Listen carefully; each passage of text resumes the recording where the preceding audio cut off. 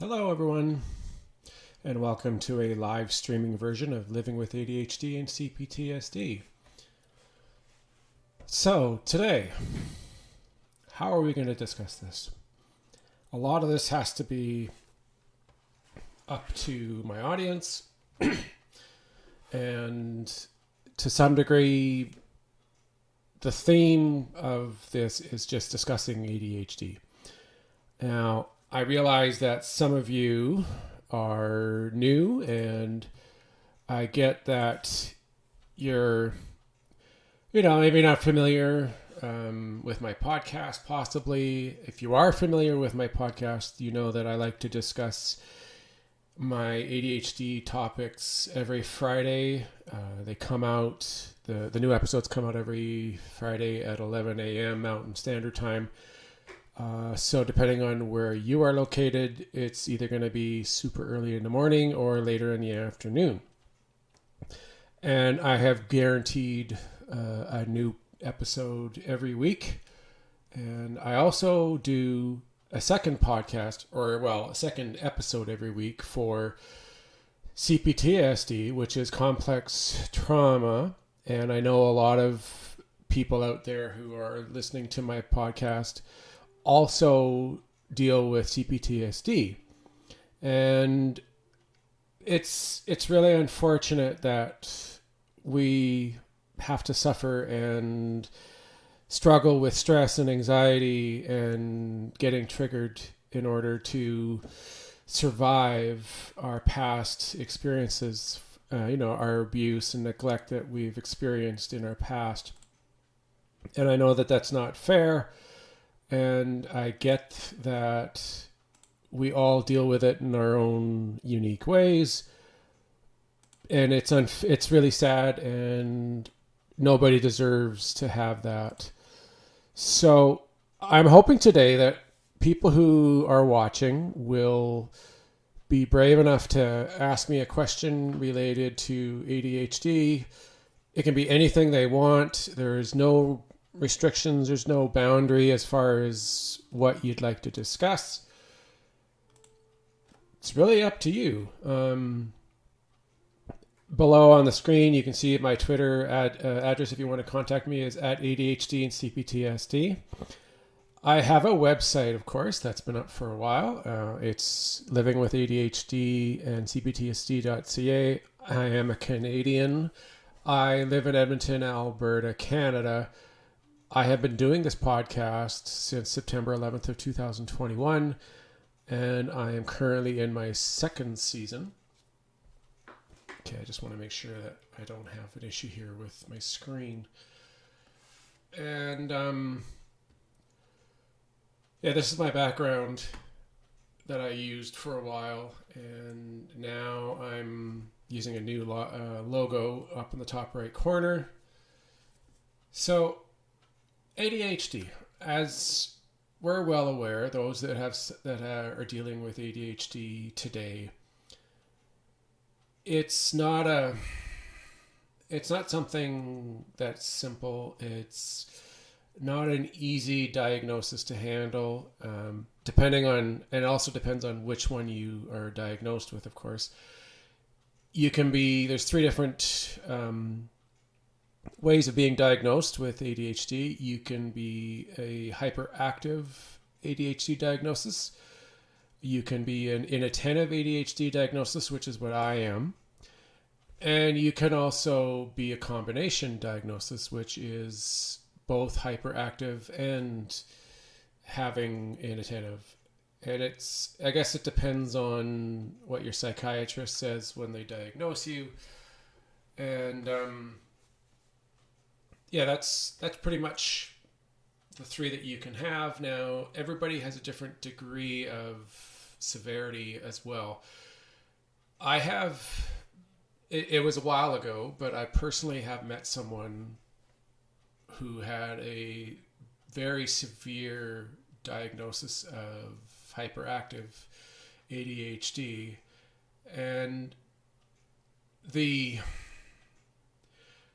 experience and the exposure to someone who has ADHD so severely it is quite eye-opening, and you don't realize just how severe it can be until you actually are aware of it or around it. And there's a lot of stigmas out there, and there's a lot of preconceptions about ADHD that many people don't understand and don't really get.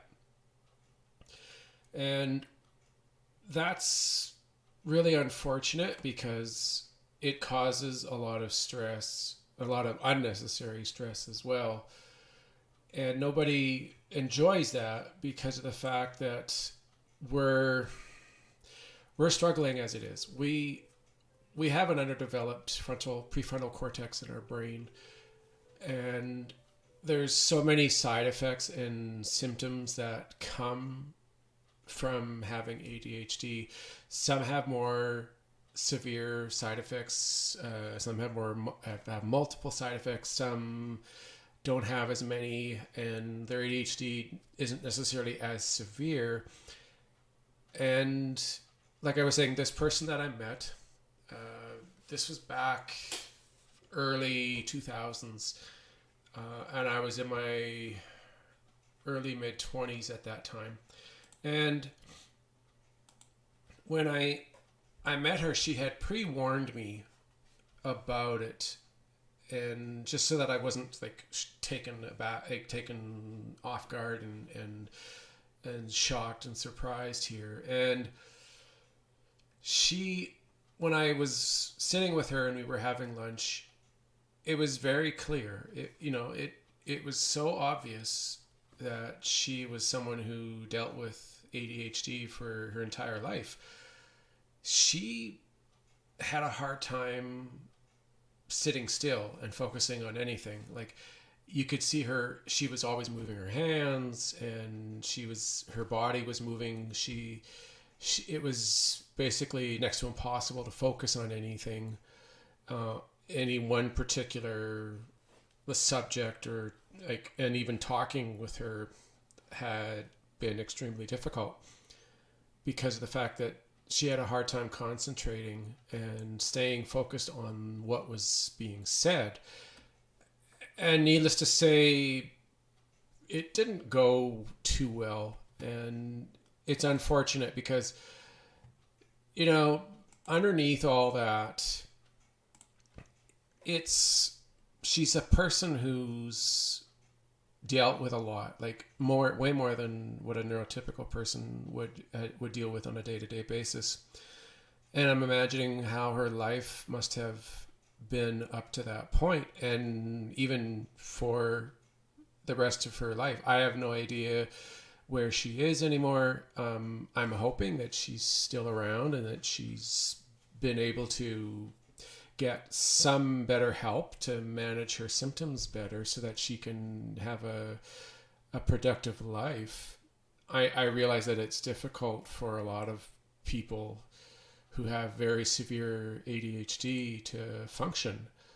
And unfortunately, there are a lot of people out there who don't have ADHD who prejudge and have these preconceived thoughts and ideas as to what it's about and what it means. And people who are in relationships and they have ADHD, or they're the one who their partner has ADHD, it can be it's very hard to understand, and there's a lot of misconceptions. And for someone who would be really recently in a relationship and it's maybe been a month or 2 months, and especially if someone isn't necessarily severe, like maybe it's a mid-range severity for ADHD, so that means it doesn't always come out, and sometimes maybe it takes a little while for it to be noticed, right? And maybe they don't always appear. Maybe the symptoms aren't always there. And what that means is some people, maybe they go on their first date or two and due to the type of date. Maybe they go out somewhere and do a fun thing, like maybe mini golf, or they go to a place where there's a lot of action and a lot of movement. Because the interesting thing that you probably don't realize is that's not an accident. If the person who has ADHD is wanting to design and, suggest the event and the day, they're going to probably try to have the date be intentionally in a location and with a situation that minimizes the risk of their ADHD being noticed or coming out. Because like if you do something that is constant movement or action and activity where you're always moving around and doing something, there's very little time and opportunity for a lot of the symptoms that are noticeable to come out. Because if you're on a date, let's say you go to a restaurant and it's a quiet or a quietish restaurant, and the focus is just about the two of you talking and eating dinner and having to focus and stay, attached and not being distracted, it's going to be a lot more difficult for the person who has ADHD to do such a thing, because they're going to be constantly fighting and really pushing themselves to be focused and stay attentive the entire date. Now, if they're someone who was diagnosed a while ago and they've been on medication and they're doing multiple things to help minimize their symptoms, then there's a good chance that maybe not much at all comes out on the first date or two. And if the person's not ready to tell their date that, oh, by the way, I suffer from ADHD, blah, blah, blah, and they give them the whole rundown, and especially if that person that they're going on the date with isn't really that knowledgeable on it, then there's a good chance that for the first couple of dates, there's going to be really no awareness of the fact that that person has ADHD. And it has its good and its bad points because of it. The good thing is the person with ADHD who is going out on that date doesn't have to really concern themselves too much about the symptoms that they have coming out and possibly getting in the way of having a good time and getting to know that person. Like I remember my first date that I met my girlfriend back in, when was it? Early 2019. It was like February. We talked for a while before we met and everything, of course. But when we first met, our date was at a mall, and we had decided to go first and have dinner at the restaurant that we had agreed upon. And that, despite, like, I hadn't really, like, I had been aware, I had been thinking about maybe I had ADHD and, but I hadn't really focused on it too much. It wasn't something that was in my mind constantly. It was maybe only when maybe I had some really bad symptoms. But I didn't even realize that I was dealing with it. So of course I didn't, and that was never brought up. And that first part of the date in the restaurant went well. And we talked, I asked a lot of questions. We had good discussions back and forth. It was a really pleasant evening and very, we grew and, we had already, it's not like we were just getting to know each other. We had known a lot about each other already. And then once the dinner was over, we decided to go and walk around the mall and talk about everything. And we sat down a few times and discussed, and I was honest with her and everything, and trying to show her, who I am, and wanted to be honest with her, and it went really well. And then I guess the peak moment of the date was when I decided to play a song for her. I had been thinking about it for probably the entire date, and I really wanted to do this. And it was quite a moment because I was being bold and I was being open-minded and everything. And it went well. And we had a good time. It was a lot of fun. So I was excited. There were a few things and it was minor. Like she made a notice of it, but she didn't really care. I was trying to make myself look younger. I kind of looked like this before the date. Like I've got a lot of gray in my beard, as you can see. And I wanted to try and make myself look a little younger. So I went and got a natural hair color that was supposed to be what I've had in the past. And I did the beard up, right? Like I didn't have this. It was, only this. I had just this part. So I had a dark color, and I don't think I did my hair. As you can see, I don't have hair anymore. And she noticed that, and she said that I looked better just natural. And so I had to obviously let it, grow out. And that was the only thing. I wish I hadn't done that. I wish I had just left it as is. It didn't really make a difference when it came to whether or not it made changes in our date or if it was successful or not.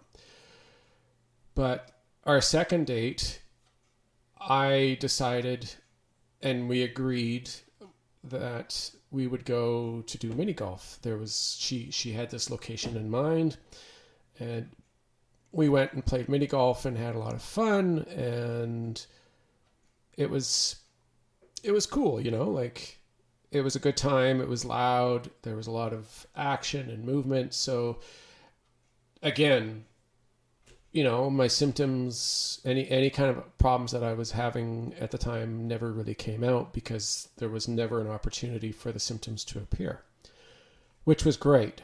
And I was quite happy with that. Now, our relationship when it started, it felt very unique to us. I get that a lot of people, when they get into a relationship, they are like, oh, we're perfect for each other. We're going to get married one day. We're so in love with each other, blah, blah, blah, all that kind of stuff. And we did have good connection. We were always talking. We had great conversations. They went for hours all the time, and it was a ton of fun, and it was great. And neither of us had really had anything quite like that before. But she was cautious, and I was trying to be open-minded and not, fall head over heels like right away, and trying to be realistic regarding this relationship that we were trying to develop. And as with most relationships, of course, there is what they call the honeymoon phase. And that's like where nothing you do or things that happen, unless it's extreme, all the little quirks and quirks that come out that tend to annoy people don't show up, and don't really affect anybody, while you're in that first stages of the relationship. So what ends up happening is all those little things that you deal with, they don't occur. It's fine, like everything is okay. You don't have to worry, you don't think about the problems that might come up. But then what ends up happening is eventually over time, you kind of have situations where, like you start to notice things that you didn't notice at first. And it's one of those things that everybody goes through, right? And some have it quicker than others. Some experience it right away. Some it takes a long time. So it all depends on how your relationship is. It's all kind of unique, and it's just one of those things that it happens to everybody. And at some point you're going to experience the end of the honeymoon phase. And I definitely think that for us, there were things that were starting to appear. And I think it was 4 months, maybe 5 months into the relationship, that things started to come out. And I was like kind of worried, and she was like, signs of stress and anxiety were starting to come out.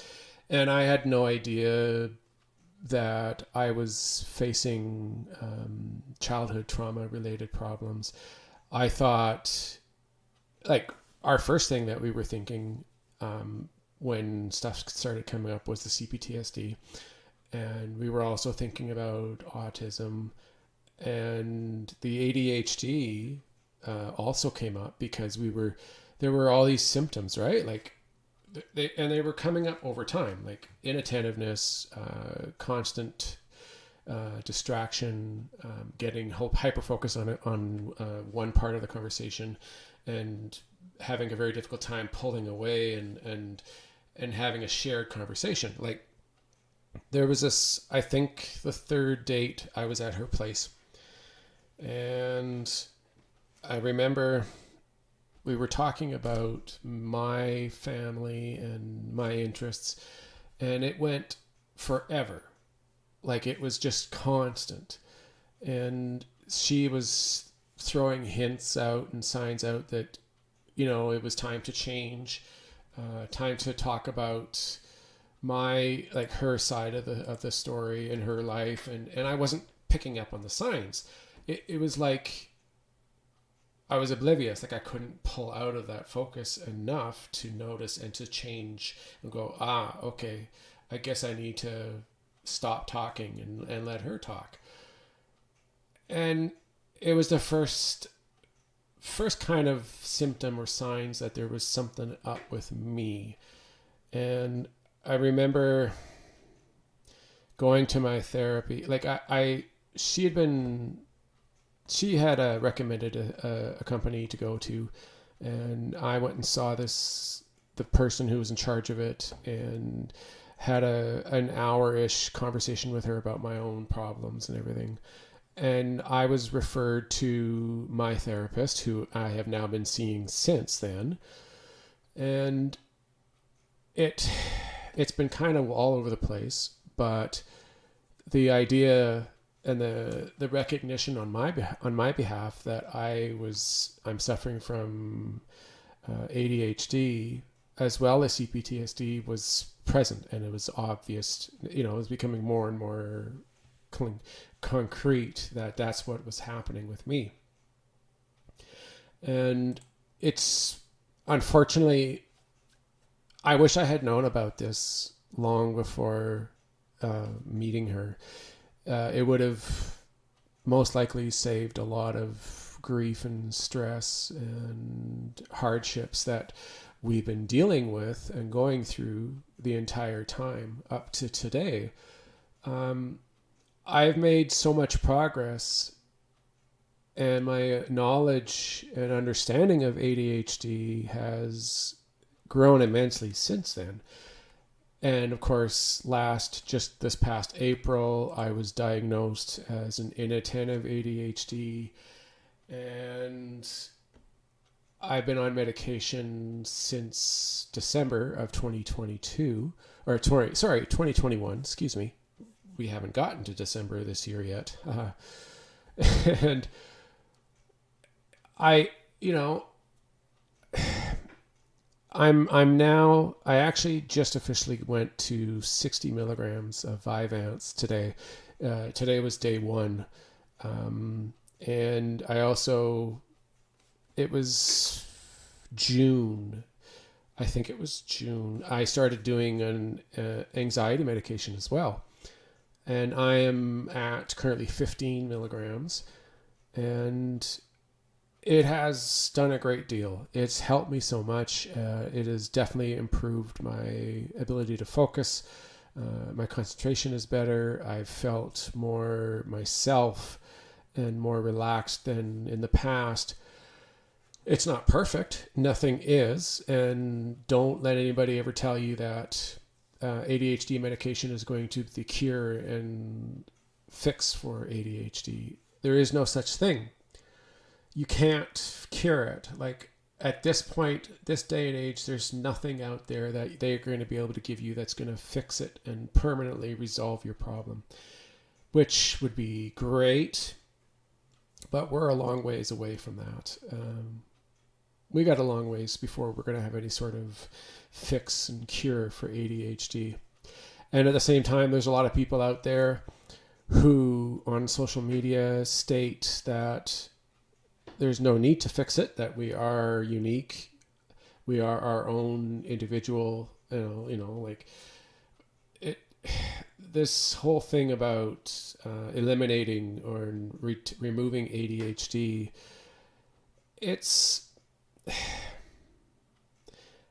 a mix. It's a touchy subject because of the fact that there are people out there who have it a lot worse than others. Imagine, okay, for those out there who have ADHD, but let's say have it really mild or a small amount, like it's not affecting you to the point where you literally can't live your life properly without medication and without all sorts of like therapy and multiple different lifestyle changes. If you like, that's very severe. And the girl that I was talking about at the beginning, that's an example of a severe case of ADHD. Who in their right minds is going to want to have that if they had the ability to get a cure? Like, if I were up at that level, if I was there and I'm constantly moving around and I can't sit still and I'm always getting distracted, looking at things, forgetting what I'm talking about, why would I want to say no? Like if I was suffering and dealing with that on a daily basis and having an extremely difficult time, not only living my life and being able to maintain a career, there's also maintaining friendships, relationships, being able to remember to do things like living on your own and doing it successfully. It's an extremely difficult thing to do. And you have to do that every day. Now, if you could take a pill that would change to the point where it would literally cure you and you could be neurotypical on a daily basis, and not have these symptoms affecting you to the point where you can't really, perform your life in a meaningful manner, you're damn right you're going to take that. Like, I wouldn't say no.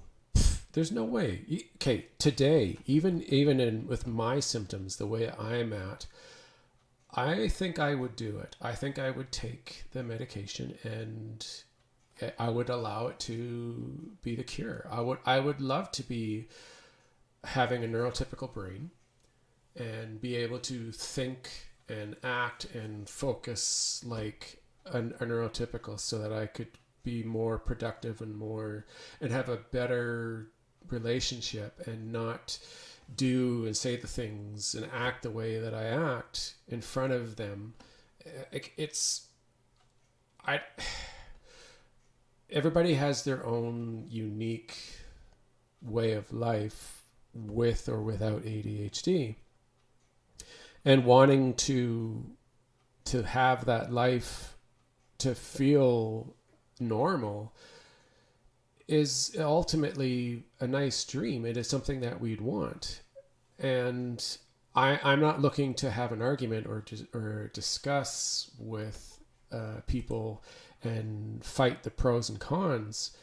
Like I understand that people have to accept who they are, and I have. I'm not saying I won't accept my diagnosis and that I would rather fix it. Like, I realize the reality of this is that I'm not going to be fixed. I'm never going to be normal or neurotypical. It's something that I have to deal with, and I've been dealing with it fine. And I have to just live my life. I have to go on day after day, wake up in the morning, remember to take my medication, remember to, I do things the way I do it, my routines, so that I can be successful and I can be a productive, meaningful human being, not just to myself, but to my partner and to my family. I have no choice. I have to do that. And in order to, I got to I got to do this the way I have to do it, which is with medication and a proper diet and getting exercise on a regular basis and avoiding things like an excess of caffeine and sugar, right? Like eating healthy. That's all different good ways of trying to minimize your symptoms. Getting a good night's sleep is another way of obviously helping minimize your symptoms. Everybody has their own way of doing things. And then as well, we all live in a different part of the world. Not everybody obviously lives in the same area. We all have our unique challenges, not only personally, but in a societal way and in a cultural way. I've interviewed quite a few people over my past season and a bit into the second season who live in different parts of the world. And it's a very different matter as to how they get help and how they deal with having ADHD. Not everybody out there can just get access to medication and see a psychologist or a psychiatrist for a diagnosis that easy, right? Like some of us, like myself, for example, okay, I'm in Canada, as I've said at the beginning, and when I was wanting to learn about my ADHD, I had already been talking to my therapist, so I was able to talk to him. And I went and got a referral for my ADHD diagnosis with a psychiatrist who I saw. That was done in December of 2021, and I got a call to have my appointment in mid-February, and then I actually had my assessment done in April. That was April of 2022. So it took 5 months to get the diagnosis, and in the province that I live in, which is Alberta, I was very fortunate to be able to get medication for ADHD before my diagnosis.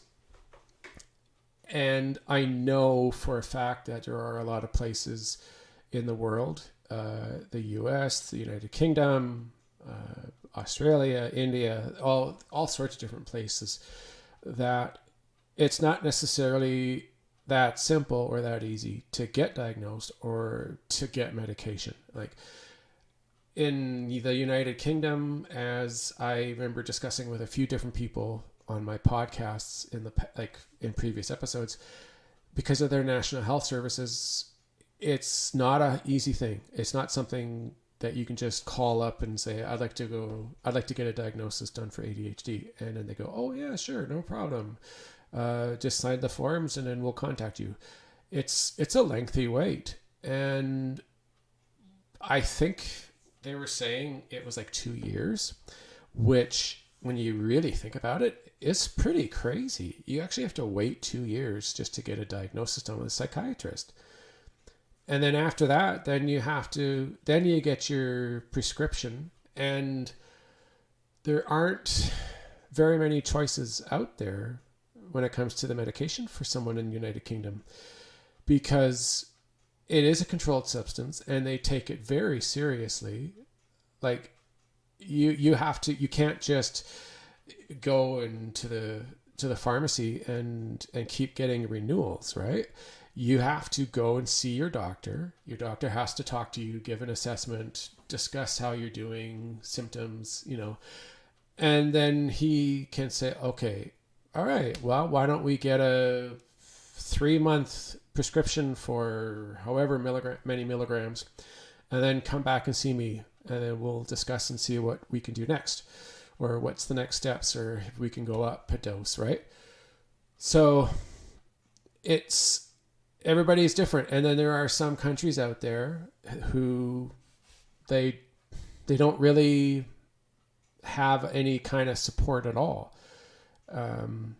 Mental illness in some countries is considered to be subhuman or bad, and they don't get any support. So if you've got mental illness, or you've got a diagnosis, or like a problem like ADHD, as an example, good luck. Like, the only way you're really ever going to get any kind of help with this is by going to another country, which sucks, but unfortunately that is the way it works, because there are countries out there that don't care. They don't really have great support or any support at all for mental health. And in the United States, for example, mental health, and there's a lot of people out there who have said so, mental health support in the United States is quite poor, and they need a lot of work. It needs to be greatly improved, because there are so many people out there who need the assistance but can't get it for whatever reason or another. There's just no way. And I feel bad. I really feel bad for them, because especially in a country that has almost 400 million people, there's more and more people out there who are, especially with the pandemic that affected everybody, there's more people out there who are suddenly realizing that they've got mental health problems. Like they're dealing with depression, or they're dealing with ADHD, or maybe they've dealt with lifetime trauma or PTSD, right? Like, and there's other things. There's like bipolar issues and schizophrenia, which is pretty serious, of course, just like any other. And the ability to get help and support is extremely difficult. And if you don't have a healthcare system, like there is Obamacare, but a lot of mental health, like a lot of health support in the US is quite limited. Like there's not a ton of options out there, and it's really, the limitations are very obvious, and that is extremely unfortunate, and I wish that wasn't the case. And everybody, let's put it this way. The way it should be is, no matter where you live, you should be able to get healthcare support for mental health for free. Even where I am, Canadians don't get to just go and find a mental health support specialist, like a psychologist or a psychiatrist, and choose whoever they want and gets paid for. That's not how it works. I think you get a free assessment through your provincial healthcare, I don't know, it might be different for some provinces, but I think you might get 1 or 2 appointments. But for the most part, mental health support, whether it's psychiatry or psychology, is an extended benefits option. And for a lot of places out there, the majority of employers that offer extended benefits, the mental health coverage is extremely poor. It's not very much at all, and it only covers, I think, maybe 2 or 3, maybe even 4 appointments, and then you're out of your money, and that's it. Then you got to come out of your own pocket. I remember my company, the two companies that I've been with in the past 11 years where I actually had the ability to use it, their support, their coverage was, I'll put it quite frankly, it was a joke. Imagine having only $300 for mental health support. And an appointment is $200 just for a single appointment to see somebody. So what's the point? Why bother? Because you're going to have to probably see them, depending on what your issue is, depending on what you're dealing with, you're going to have to see them definitely more than 1 or 2 times. Like, it's pretty rare, unless it's just like for a checkup, just discuss things and, oh, I feel better now. I got stuff off my chest, which is that's not the typical thing. That's not your average client who's trying to get mental health support. The most common one is where they need to get assessed by a psychologist, and they need to come back usually every 2 weeks to get proper help and get therapy practice, like work and doing homework, or, well, that's what they call it, doing homework when you're at home and not just while you're visiting your therapist. It gets to be expensive. And like I said, the majority of places out there who offer benefits, it's an extremely poor amount.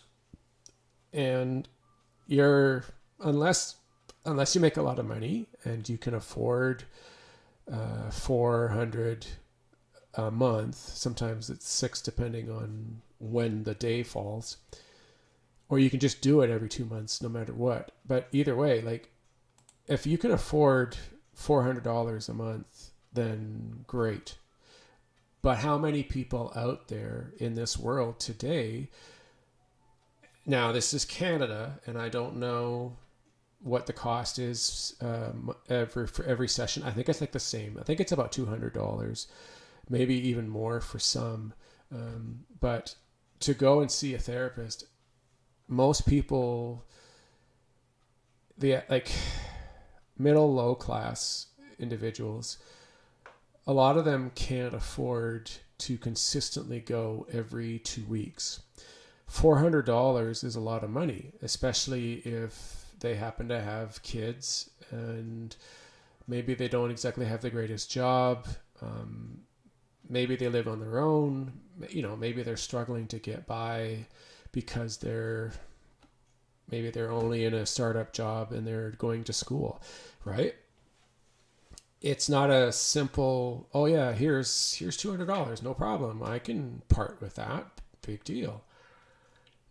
For a lot of people, it's not an affordable option. They either have no choice because it's so severe and they have to go in debt, or they get support and help from maybe their family, if their family is aware and supportive of them going to see a therapist. Otherwise, a lot of people can't afford it. So imagine, here's the thing. You're not going to go to your therapist and one appointment, they're going to go, okay, you have ADHD. Let's get you a referral. Let's go see your doctor, blah, blah, blah. And then you go in and you do your thing. Now, if you do have public care and they can do it publicly and you go on a waiting list, like myself, it can be anywhere from 5 months to a year, maybe a couple of years. There are some places that I've heard, I believe the Philippines, that a person was able to get it in and get it done right away, which is fantastic. I honestly wish that was the case for everywhere, but it depends on where you live, clearly. And if you could get in and do that, then that would be nice. But yeah, unless, that's the part, is that if you don't want to wait, if you want to pay up front and you want to get it done immediately, you're going to end up paying a couple grand because you got to go in, you got to get the assessment.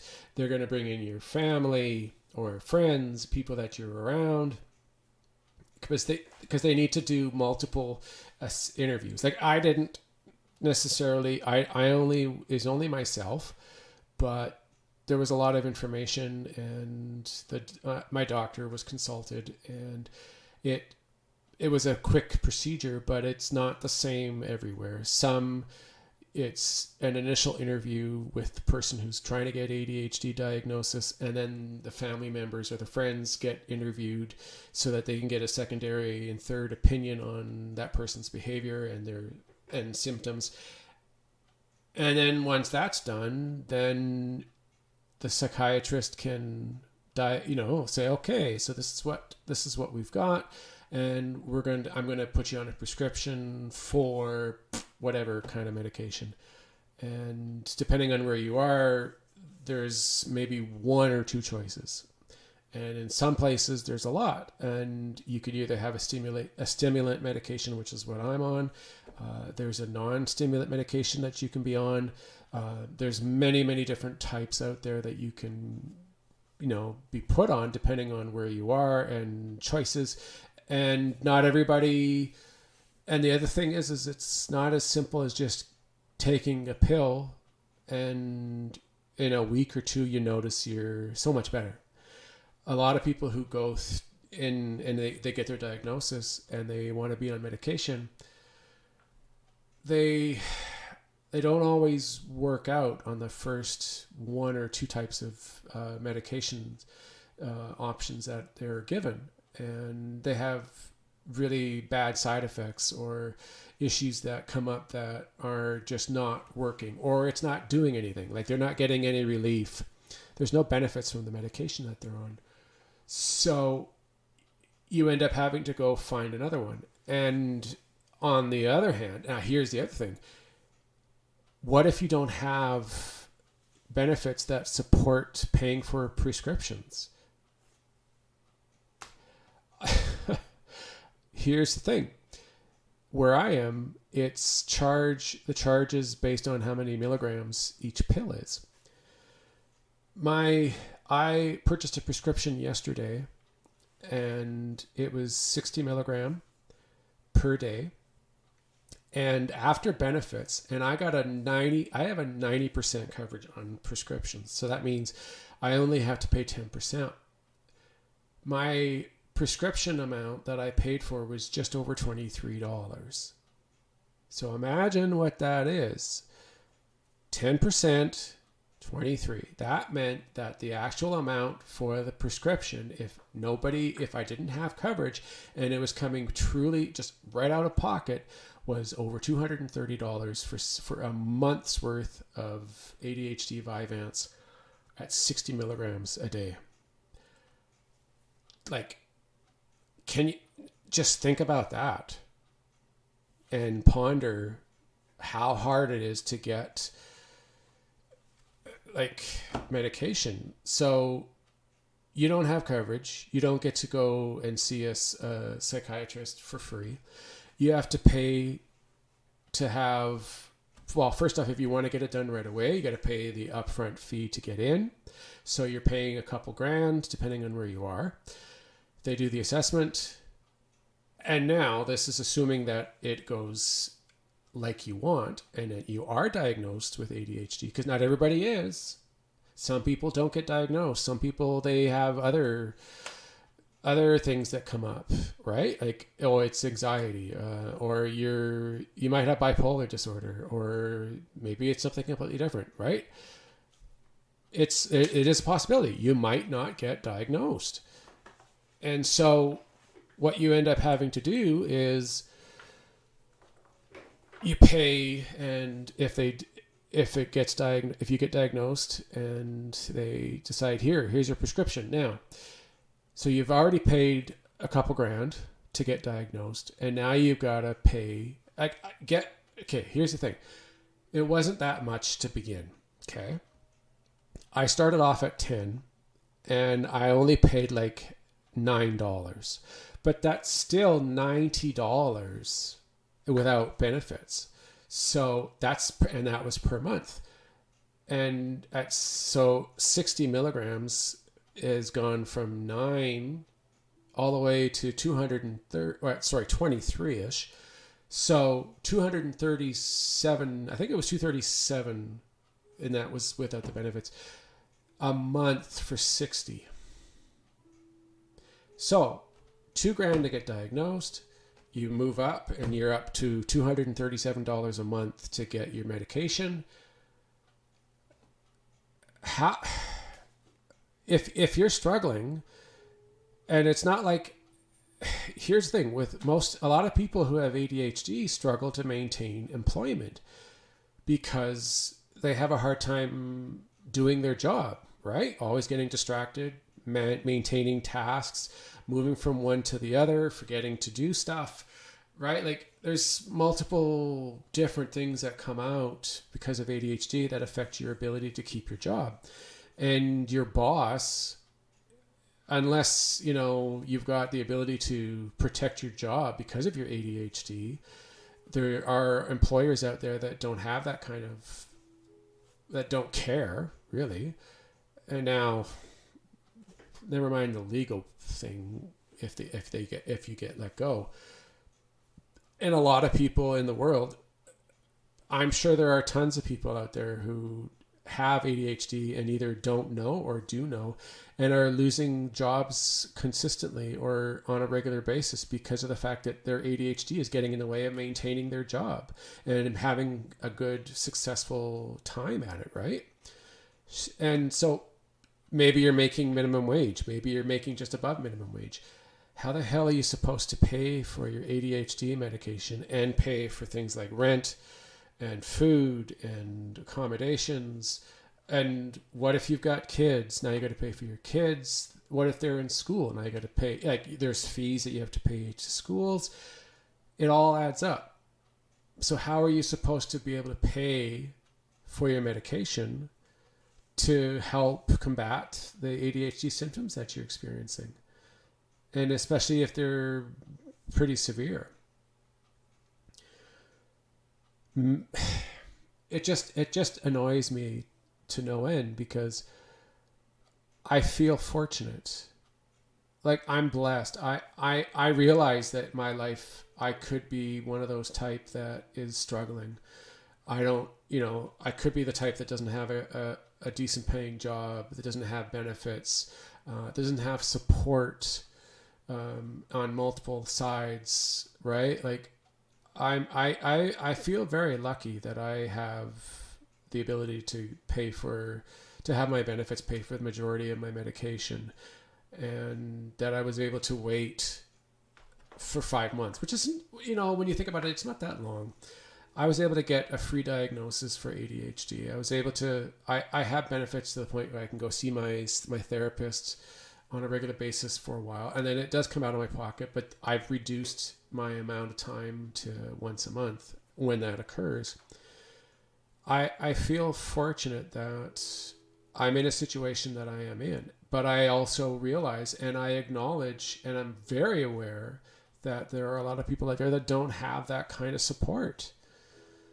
They don't get to have benefits and decent, earnings and support. And if they're on their own, or if you're a single mother or a single father and you've got a kid or two,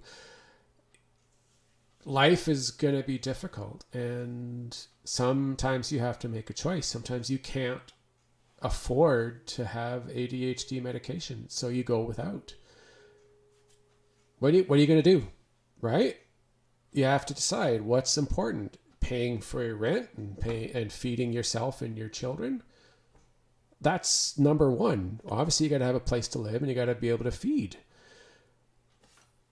ADHD medication is something that would be, maybe one day when I'm making a decent amount of money and maybe I found someone and I'm married or I'm dating and we're living together. Maybe then I can do it. It's one of those things that has to be put aside until another day. So life really is hard.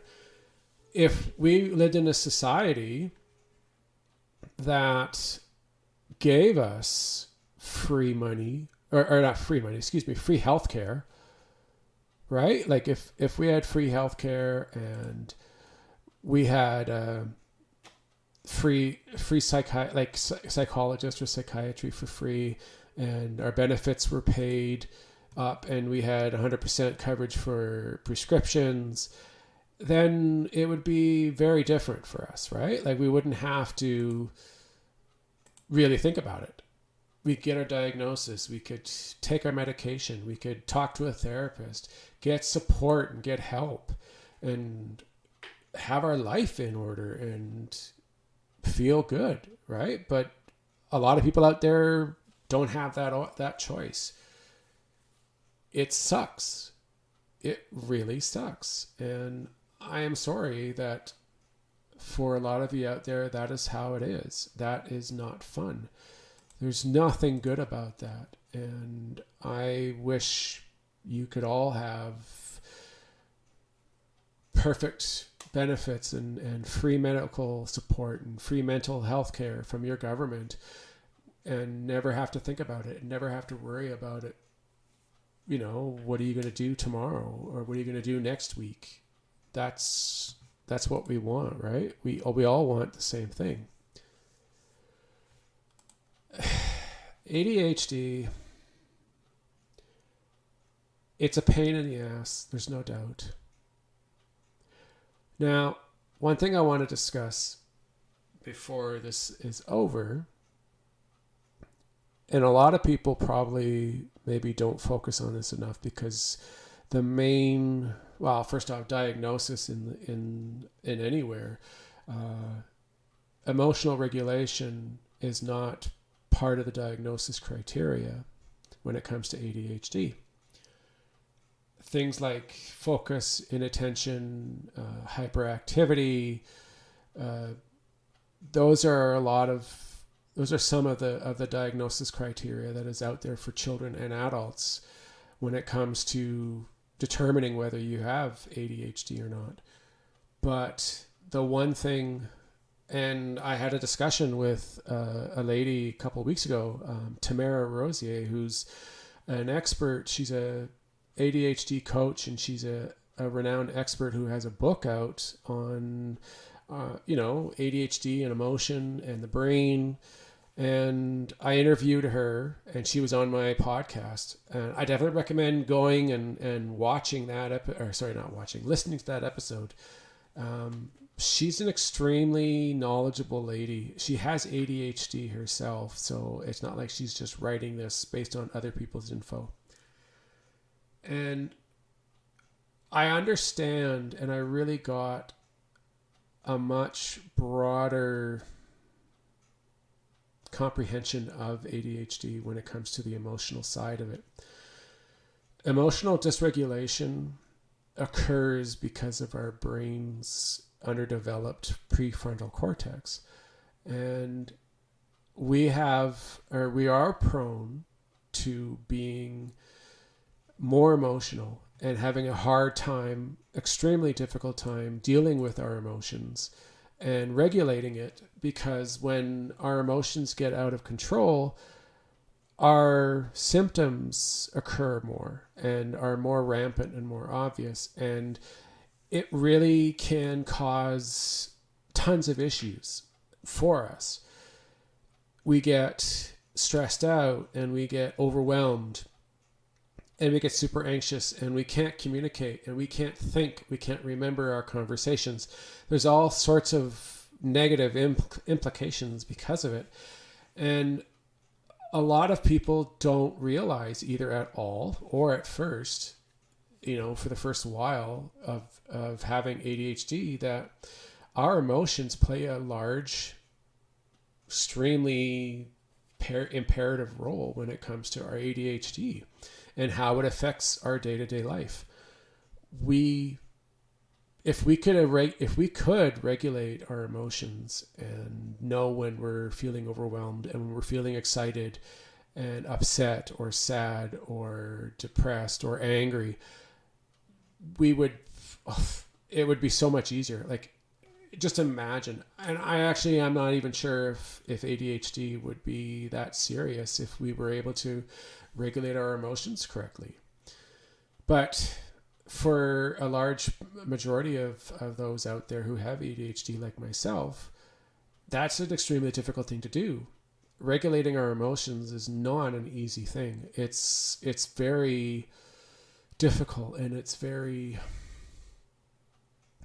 stressful, and we get super frustrated, and the level of frustration is so much quicker. Like I honestly, I don't know what it's like to experience a neurotypical level of frustration or emotions. I wouldn't know. I've always been this way, right? And it's one of those things that I would give anything to be able to just kind of feel it. Even if it was just for a couple hours, I would love to know, because my only experience when it comes to emotions it's either minimal to non-existent or extreme, where it's like overwhelming and very front and crazy and loud and just, like you just don't know what you're going to do, and you're scared, and you feel like things are crazy in your head all the time. And at the slightest thing that it goes wrong, or it tips you off, or is difficult, you explode, and you're just like, oh my God, what am I going to do? And you're running around, and you're excited, and you're moving around, and you can't control yourself, and you're forgetting things, and you're trying to get something done, and you can't control yourself, you can't calm down. It's all really insane, and it affects us in such a crazy way. Like, medication isn't going to help that. You can take ADHD medication and it's not going to make the feelings go away. Like, you're still going to have emotional regulation issues even on medication.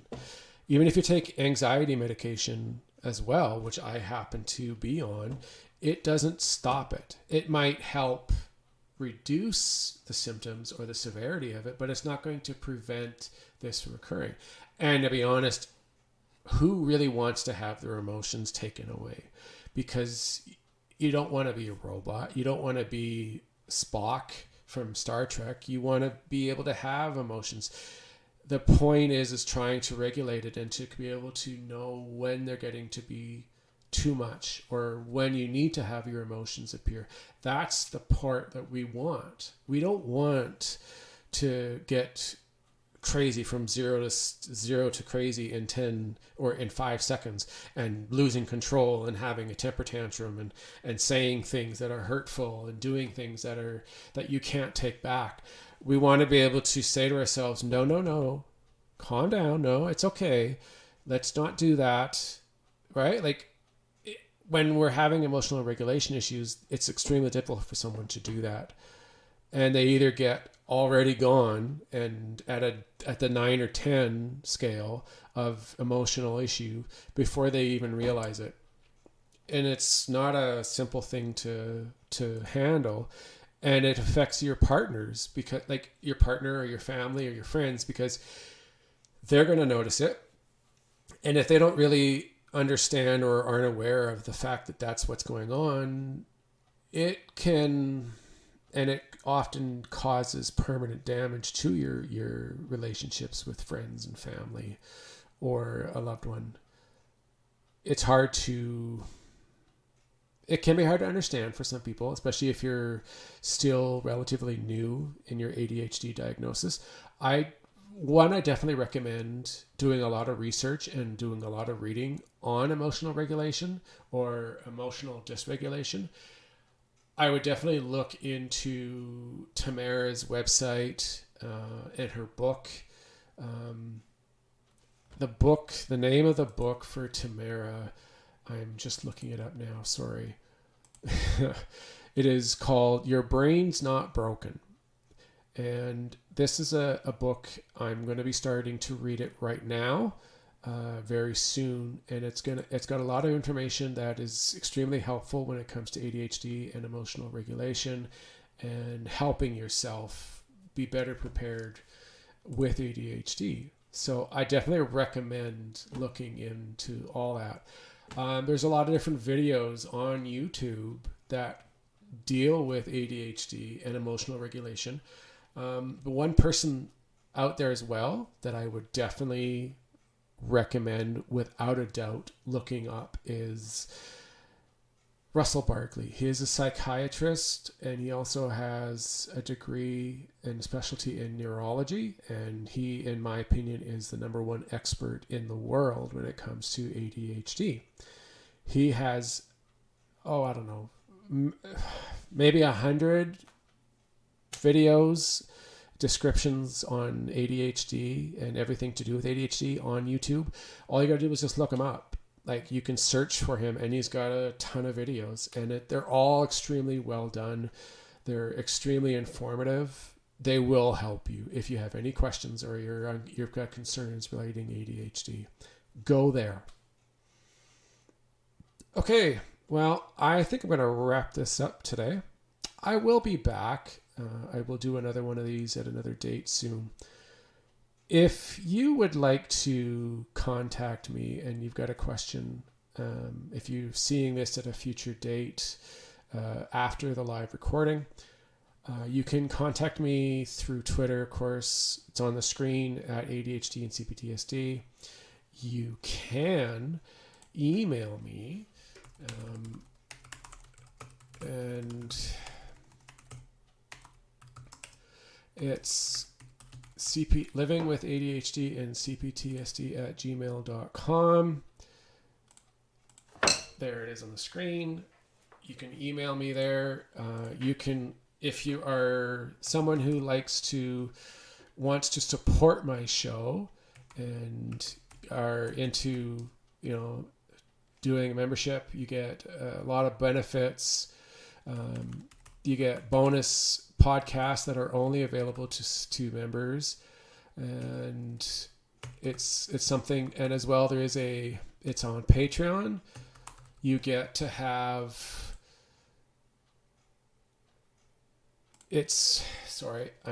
something's not quite working here. What we have is a loyalty membership. And with that, you get free merchandise every 3 months. And this allows you to be a member of the team, and you get free access to all bonus material. There's extra, like, early access, and then there's the merchandise that you can do. So it's patreon.com/livingwithadhdandcptsd and CPTSD. And if you would rather donate to the cause, I do have things that I need to pay for, like software and websites that I use to go and create my podcast.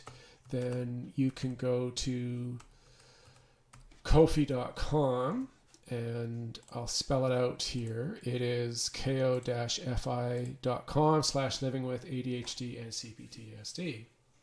That is a way of donating. You can donate any amount that you feel is affordable. It doesn't really matter, to be honest. All I want is just to continue to be able to do my podcasts and give you guys the information that you're looking for regarding ADHD and CPTSD. My podcast is available on Apple, of course, and there's subscribers there. You can be a subscriber, get early access, and that is a definite thing that you can do. Here it is. Okay, Living with ADHD and CPTSD podcast.